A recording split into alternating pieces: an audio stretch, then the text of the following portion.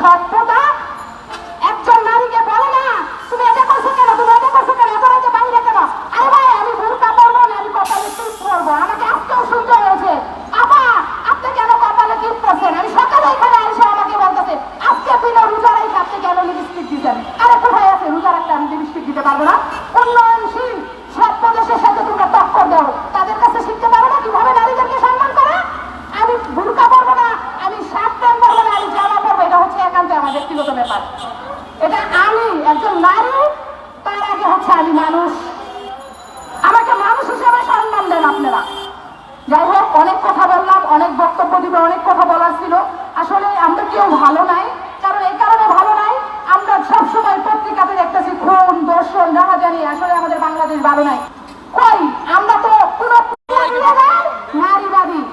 আরে ভাই তোমরা যারা ক্ষমতায় আসার জন্য লাফালাফি করতেছ, 24-এর যুগে গণপ্রথানের আন্দোলনের কথা বলো, এই নারী শিক্ষার্থীরা আগে এসেছিল। কিন্তু আজকে তোমরা এই নারীদেরকে বলো বাংলাদেশে নারী নেতৃত্ব চাই না, বাংলাদেশে নারী নেতৃত্ব চাই না। নারীদেরকে তোমরা মেরে ফেলো। এক দেশে দুই আইন। বাংলাদেশের পরতে পরতে বৈষম্য। কিসের বৈষম্য বাংছে, কিসের সংস্কার হচ্ছে আমি তো দেখতে পাচ্ছি না। যেখানে নারী কমিশন গঠন করা হয়েছে, আমরা দীর্ঘদিন থেকে Green Bangla Garments Workers Federation ও ন্যাশনাল ওয়ার্কার্স ইউনিটি সেন্টার আমরা যৌথভাবে আন্দোলন করে আসছি এই নারী কমিশনকে।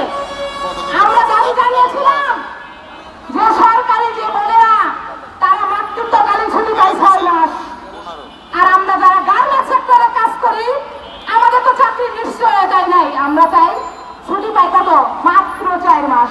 ইনফরমাল সেক্টরে দিকে আসেন, আমাদের যে শ্রমিক আজকে বাসাবাড়িতে কাজ করে, যে নারী শ্রমিক আজকে নির্মাণে কাজ করে, যে নারী শ্রমিক আজকে চিংড়ির ঘেরে কাজ করে, যে নারীরা আজকে মাঠে ফসল ফলায়, সেই কৃষাণীর অবস্থান কোথায়? তাদের তো কোনো মাতৃত্বকালীন ছুটিই নাই, তারা তো মা হয় না, তাদের তো সিজার করতে হয় না, তাদের তো সন্তানদেরকে লালন পালন করতে হয় না। যুক্তির সহিত বলতে চাই এই বৈষম্য ভাঙতে হবে। আর কত চিৎকার করলে আপনারা যারা দায়িত্বে আছেন আপনাদের কানে এই শব্দটা পৌঁছাবে।